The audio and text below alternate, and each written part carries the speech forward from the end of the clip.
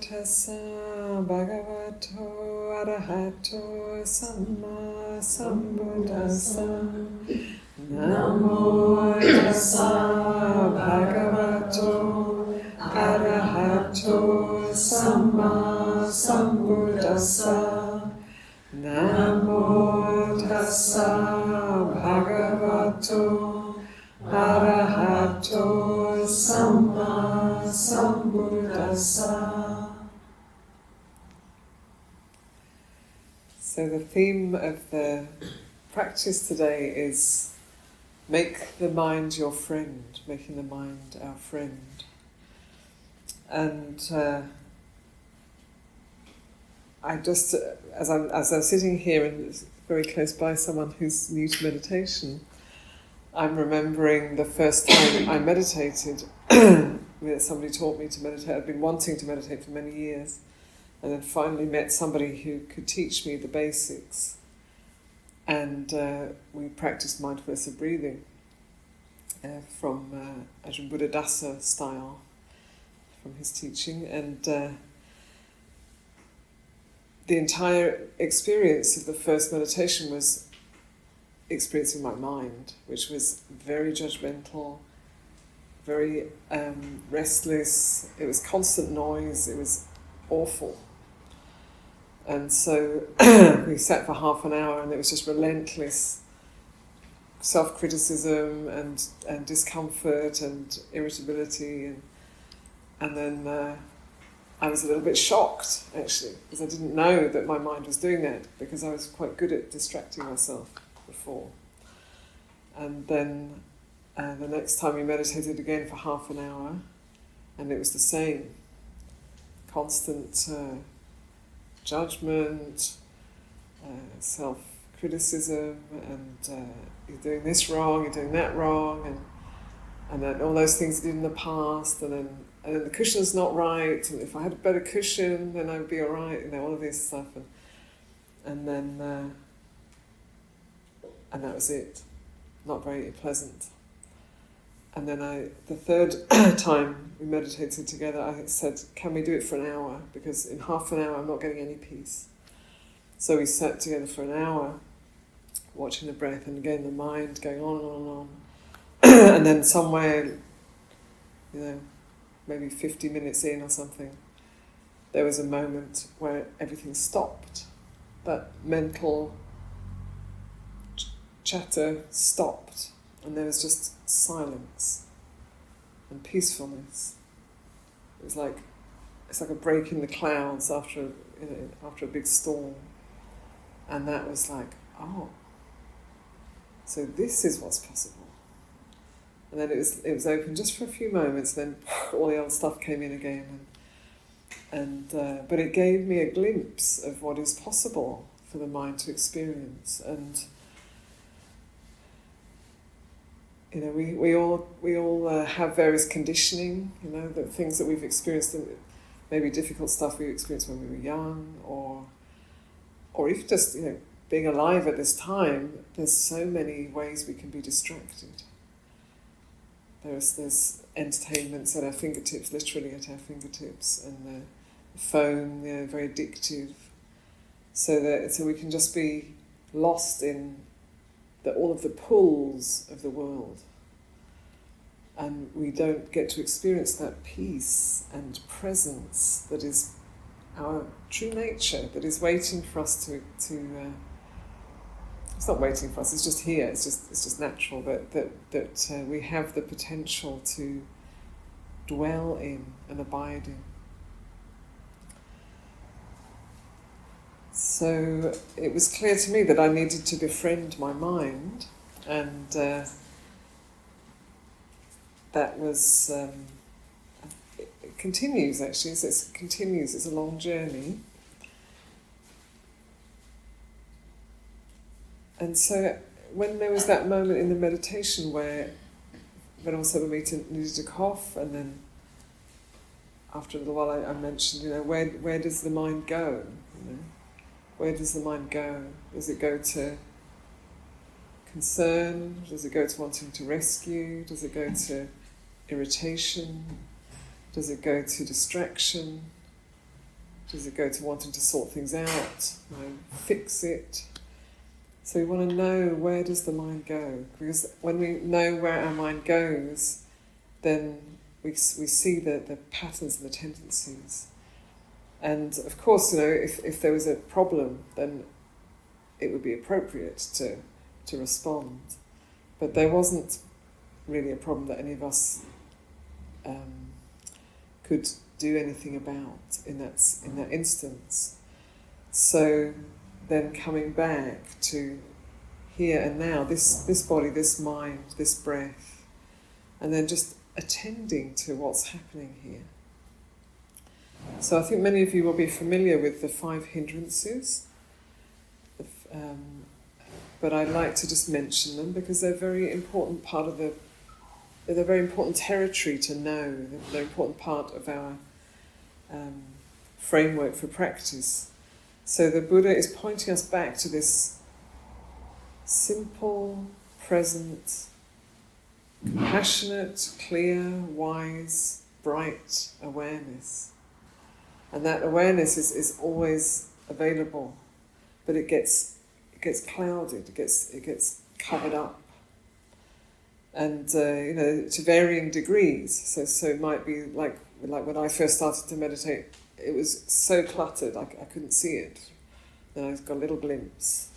It might be like that for you, or it might be more spacious. It might be a bit more like you can find some peace and presence, but then the mind pulls here and pulls there, and you can bring it back. It may be like that for you. But anyway, I want to mention those 5 hindrances because they're part of what we need to know about the tendencies of our mind.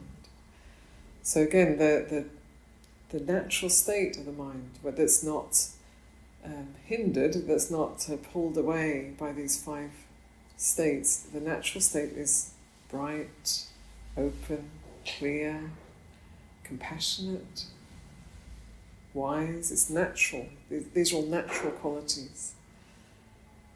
And then also natural qualities, but sort of ones that we can get rid of or transform, let's say, not necessarily get rid of, transform are these 5 hindrances. So the first one is sensual desire. So being pulled out into something lovely that we can have, that will make us feel more complete. Wanting something else, something that's not here, that will make us feel complete for a moment. So sensual desire. Ill will, wanting to get rid of something, wanting to push things away. So often controlling often ill will is a momentum for controlling things, to try and make everything just the way we like, so we don't have to feel those feelings inside. Sleepiness and dullness, when the body and mind are dull and sleepy, which happens, restlessness and anxiety. So too much energy building up in the system, and then doubt. So it may be, particularly when one's new to meditation, actually it may be that doubt is a big thing.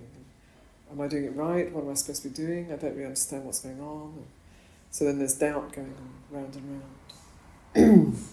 So these are called the 5 hindrances, and I like that they're 5 and you can count them on one hand, because they're actually very important. They're kind of beginner stuff, but they keep popping up throughout your life.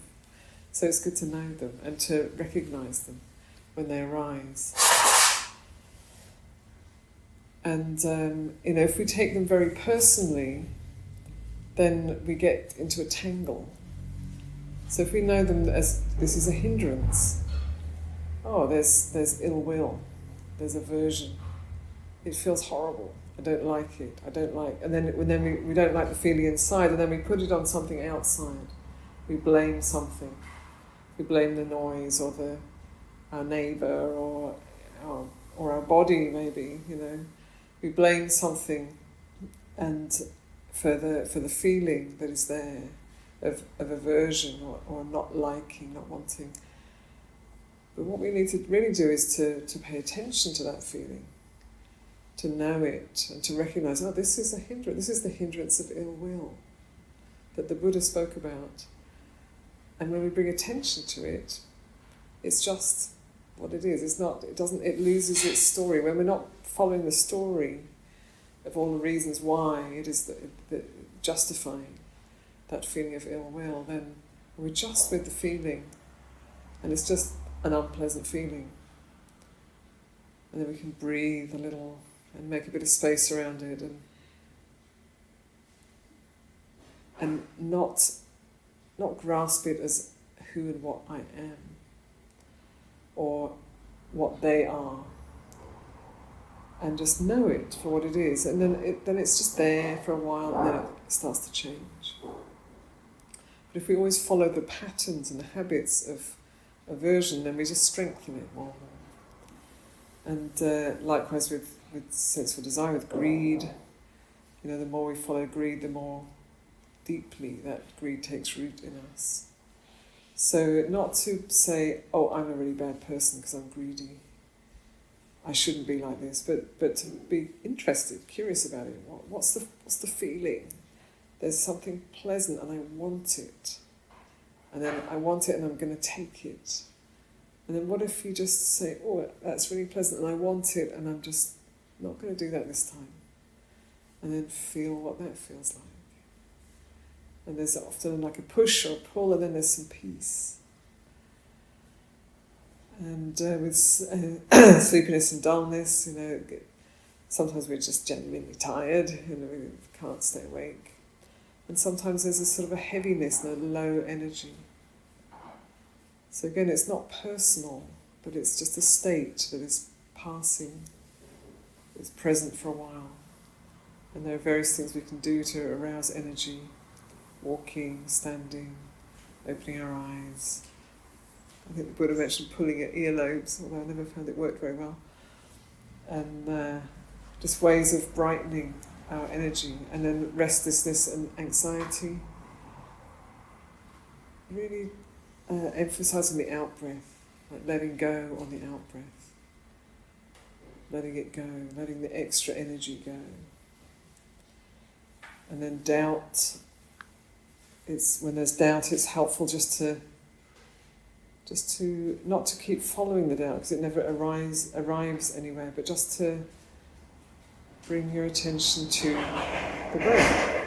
So if we're doing mindfulness of breathing and there's doubt going on, then just say, well, what's going on right now with the breath? How is it right now? And then you just come back to that. You bring your mind, you sort of draw your mind out of the doubt into the present. So these hindrances that are going to arise, it's natural. And when we know them and we don't think they're who and what we are, then they're just part of our meditation practice. It's like, oh, there's that there. And we get to know them. So we need to kind of befriend all of this that goes on here, including the hindrances. And if we're at war with them, or if we're grasping them and thinking they're who and what we are, then it's a confused relationship with those states.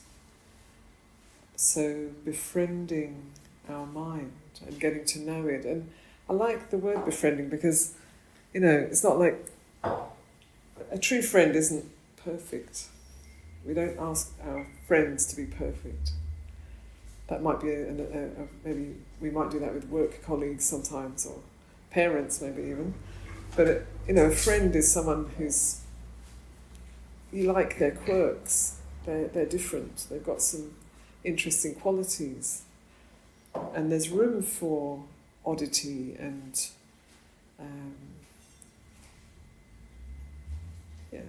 weaknesses and strengths. There's room for all of that in friendship. So we're doing that with our own minds. We're befriending our mind, not trying to make it a certain way. It should be like this, but more like, oh, how is it? How does this one work? What's going on here? And there are some things, that like in the monastic life, there's a lot of emphasis on training the mind, and I worked very hard in the early years to try and transform some of the habits which I essentially needed to do, And some of those things could be changed, and some of them couldn't. Some of those things are just the makeup of this particular being here. And I don't like all of it. I'd like some of it to be different, but it's like this. So, we work at the things that we can transform and then befriend what we can't. So then we're starting from where we are, rather than from some ideal of what we think we should be.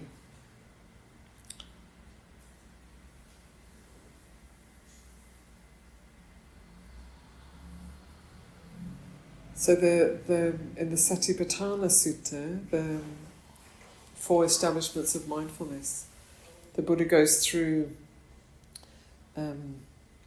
pretty much everything that we experience, and body, feeling tones, and sort of sensations, mind states, and the content of the mind. So he goes through or lists all of these, he kind of points out all of these things that we experience all the time. And he's saying, if you bring mindfulness or presence, awareness to these things, the body, feeling tones, pleasant, unpleasant, neutral, mind states which are changing all the time, and the content of the mind, or objects of the mind. So not getting lost in the content, but knowing is this. I like to use a very simplified version, which is knowing is, are the hindrances present or are they not present? Just simply like that.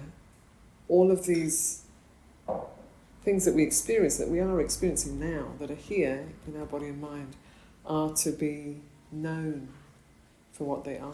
So when we bring awareness to them, we are right here on the path. And sometimes we miss that because we're caught up in what's going on here.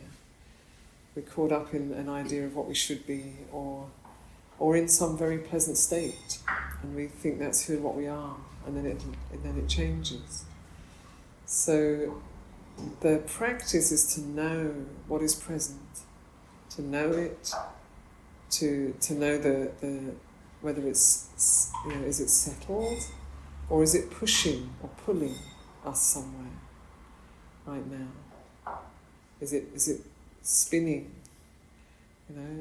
or is it settled, present? And the knowing itself is that place of refuge. So knowing a difficult mind state, there's the mind state, there's the feeling that's painful, feel bad, and then there's all the story that goes with it, and then there's the knowing. So once we're in that place of knowing, the knowing isn't pulled in. The knowing isn't afraid, it isn't greedy, it isn't averse, it's just knowing. So in our practice of meditation and in daily life also, we're strengthening the knowing quality, sati. And as we do that, we get to see what's just clutter in here, what we can clear out, and what's actually the basic nature of this particular being.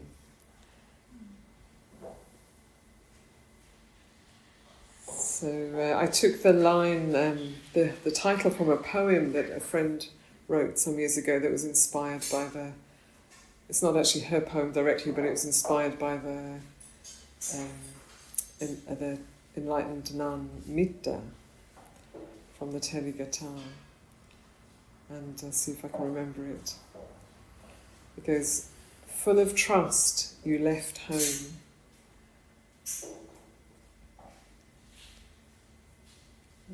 Full of trust you left home and soon learned to walk the path, making yourself a friend to everyone and making everyone a friend.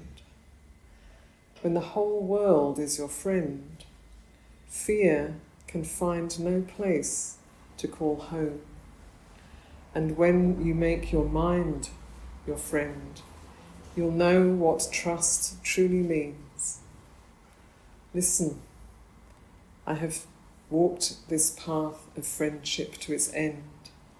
And I can say with absolute certainty, it will lead you home. So it leads you home to...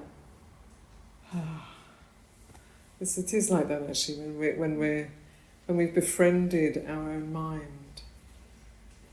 And it's like, I can live with myself. I can be comfortable being alone in a hut or under a tree or in a crowd or at work, because you're not at odds with your own mind, heart and mind. So that's just wanted to offer that today, and I think, are we stopping already? 11:30? Yes, so I'll offer that and then we'll pick up a bit more later. Okay.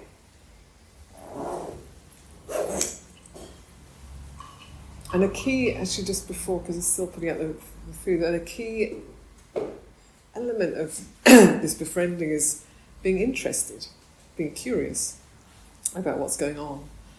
And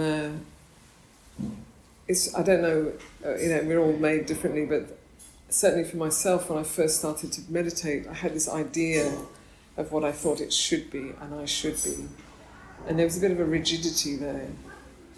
And as the practice continues, and maybe that was appropriate at that time, but as the practice continues, there's more and more curiosity and investigation and exploration.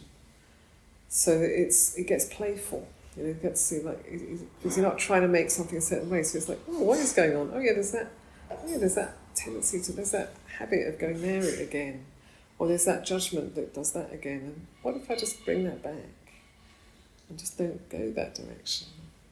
Or where does that come from? Is there some? Where's that momentum? So there's layers to it. It's like it keeps on revealing more and more as we continue our practice. And as it reveals more, we can shed more, we can let go of more, and then we just get greater and greater freedom. And it's very simple. Then we end up with just this. It's nothing special. It's just this.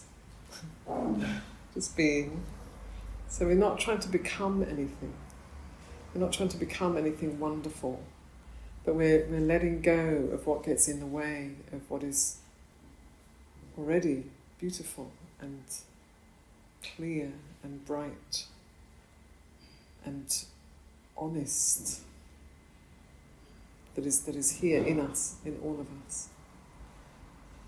So it's a clearing away the clutter. And maybe the structures, sometimes the structures that we've created have to break down so that we can come back to what is true, our true potential. So we're going to stop in a minute to eat, and eating is quite an interesting meditation. So as monastics, we eat in silence most days. And it's kind of a meditation. So it's also interesting to see what goes on, when there's food. Because food is one of those essential things for life. Is it exciting? Is it stressful? Are you able to stay present while eating? Or does the mind go somewhere else? So just to be really interested in what happens when you get to the table and get your food and have it on your plate and then take it in. Just be interested in what's going on. Can you be? Are you with the experience, or is the mind somewhere else? Is the mind? It might be going to some other meal that you had at some other time, or it might be the next bite, or it might be something that's really important that you're thinking about while you're eating, so you're not really noticing eating. So what is it like to just do eating meditation? Fully present. And with eating, in order for food to come to us, in order for us to eat, there's a lot behind the scenes. and the farms and the workers and the creatures, that live and die in the fields that the food is growing in, and there's a lot to it. So we these days, because food is so easily available, most of us probably are not farmers and maybe not so involved in the process of food, then we can take it for granted and just forget where it comes from, that it's part of this living organism that we are all part of, and that in order for us to eat, beings die. It's just inevitable. Even if we're vegan, it's just how it is. So to eat with real presence and appreciation and gratitude and that sense of connection. So as we eat bread, you're eating the wheat from the fields, and the wind and the sun and the rain and the earth. You're taking that in as part of you.